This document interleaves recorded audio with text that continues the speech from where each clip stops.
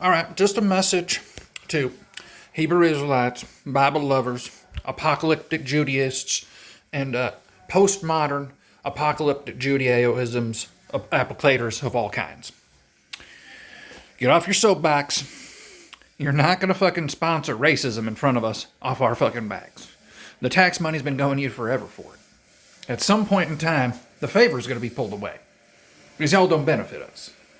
We can't let y'all run around and at some point in time enact the ultimate hope for your role, for your God, to create terrible war, slavery, and theologically sponsored hates and racisms. We're going to reject it because we've been doing it for thousands of years.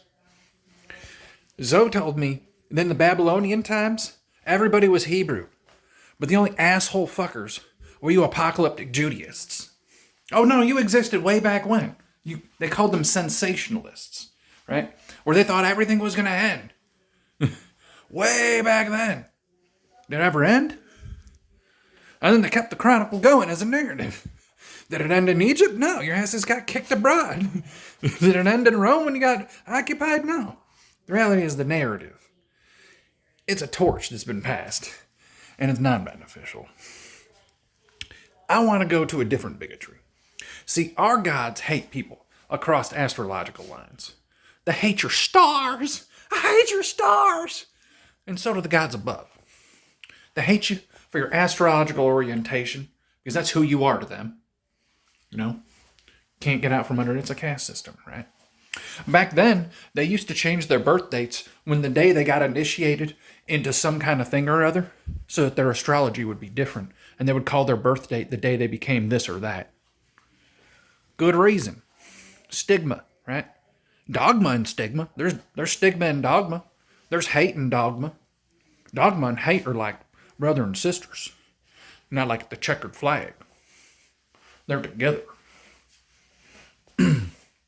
What we got to understand is we're in a juxtaposition between this current paradigm and the new paradigm.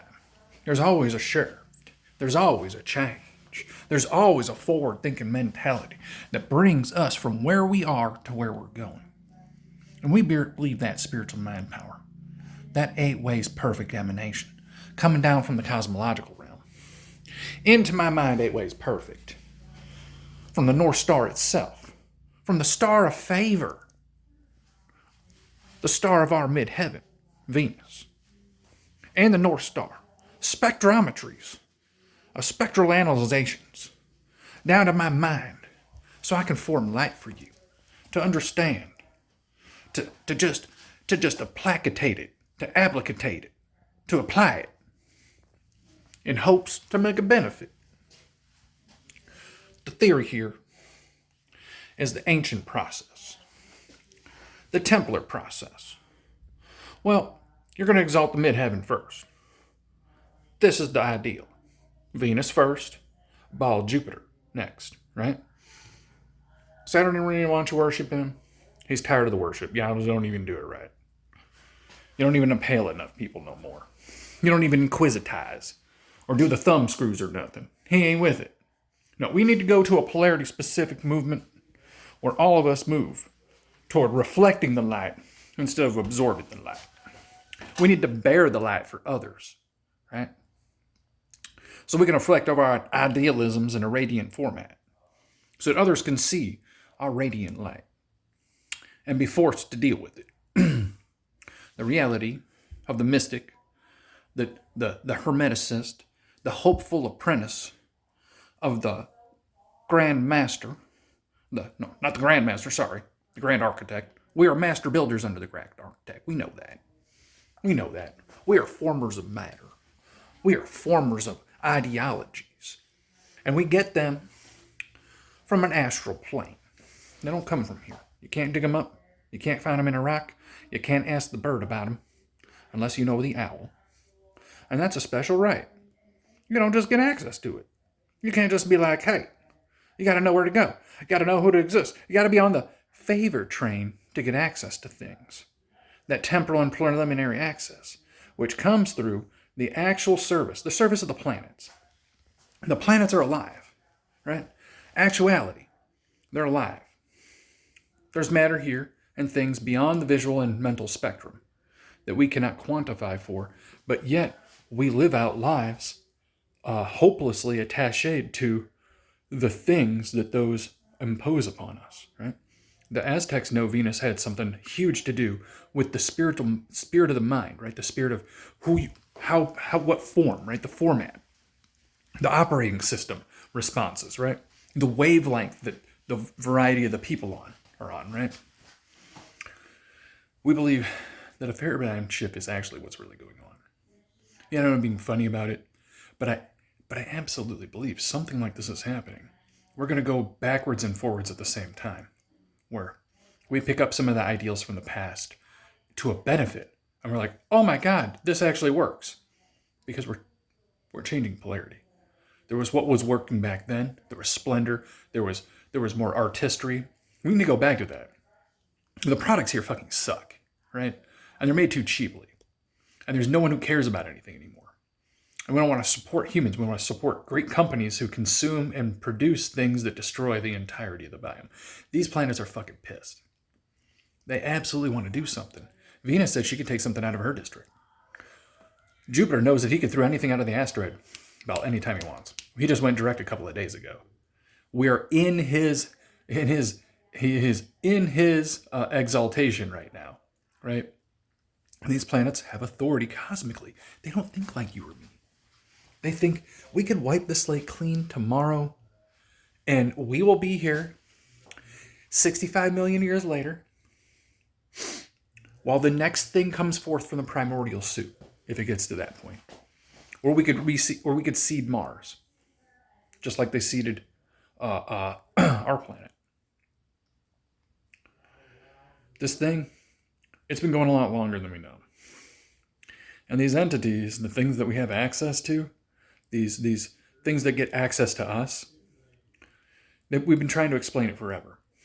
The best way to say it's the Mazalot, the land terra firma we're on, the planets in our little microcosm, and the planets in the macrocosm, all the way out to Pluto. Everything has effects on us. Everything does. All those things. They're not dead things. Are they moving daily? Are live things here? Then why is not some kind of form of life, maybe it's mental intelligence dwells there, waiting for the life to be seeded? Have we ever thought about that? That any viable area, that there could be mental mind power available depending the envelope, right? Here's the concept, guys. We're in the envelope. We're in the ideal range. We need to ascend our minds up and not our bodies. We are not actually meant to really leave this realm. We're meant to be here and figure it out here. That's why the gods are playing tricks on us, guys. Otherwise, we'd have chronicled history. People know what to chronicle with, how to chronicle things. They've been doing it. How do you make buildings? You have to have chronicled plans and stuff, right? Maybe that's not how they were doing it. I think there was stuff chronicled and written down. I think there was spiritual mind power offered that really don't have to write stuff down, because the thing we do it with is attached to our brain power, right? And writing it down would just slow everything down. But there could have been that going on. But no one wants to accept these paradigms. They want to accept the paradigm they're fed by the controlling society.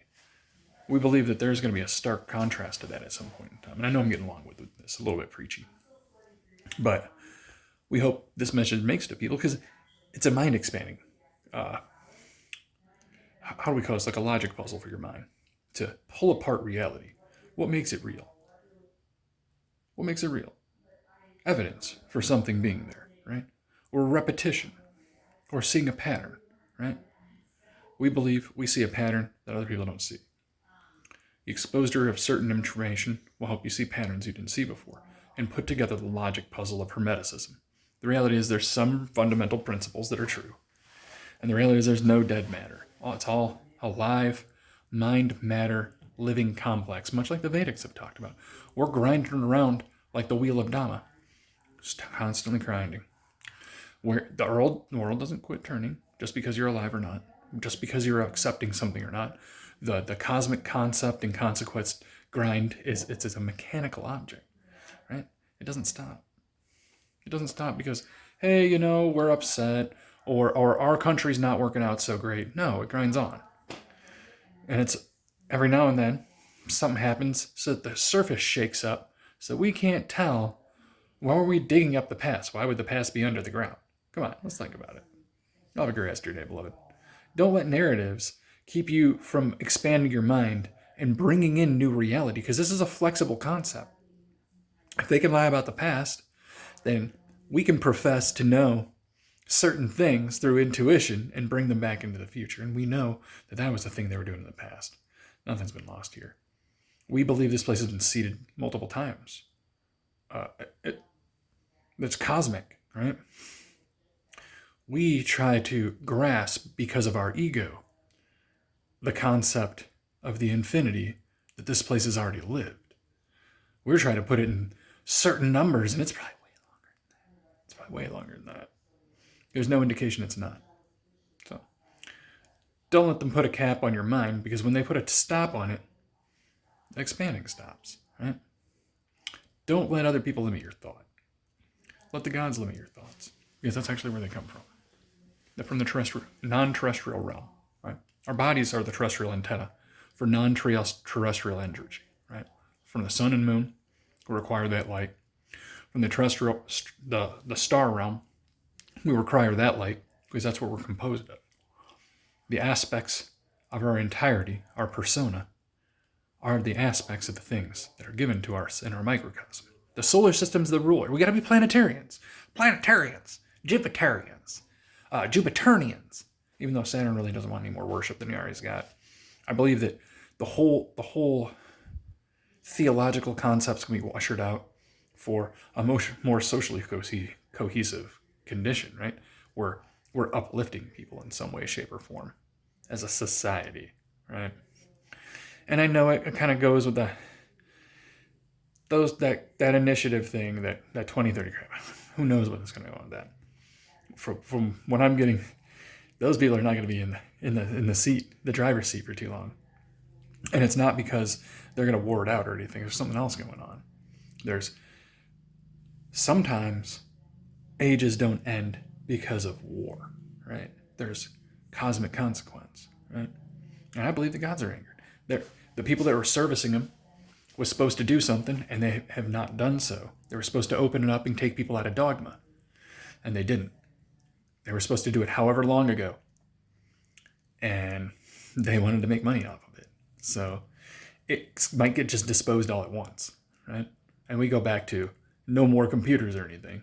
And the couple of people left get spiritual mind power to bring back things that are beneficial so that we don't have to have physicians or anything. The power showed me it could wipe. Come on, showed me. Could you wipe all this shit out? Do you just want all this gone? And I can give you guys the spirit and mind power to bring back things that you don't have to worry about physicians. I could change it all up. There's something mystical going on here, guys, that they're not telling you. That some of the fantasy crap that they talk about in the past, they wrote poetry about stuff that they believe may have actually happened. They had conjecture about it. They had access to spirits. They're like, no, this stuff was crazy going on. That's why they did like imagery of it and stuff. There was a legend. It's all legend. All of it's legend. Even the Bible crap. Because the Bible crap's a compilation of generations and generations and generations. Thousands of years of legends. Of a Hebrew subgroup where everybody at one point in time, according to the world history, everybody agrees that we were all under the original, the Tower of Babel society, which was Hebrew, which was the language of the heavens. Right? There's something to that. We can't ignore that. The trail for that language is the longest. So there's something there, right? So that being said, a little bit of knowledge drop. Maybe it'll expand your mind a little bit and you can apply some of it. You'll have a great rest of your day, beloved. We're just coming up with a new paradigm. We think this is actually what's going on because the stuff they tell us, it doesn't make a whole lot of sense. It don't add together, right? All right, later, beloved.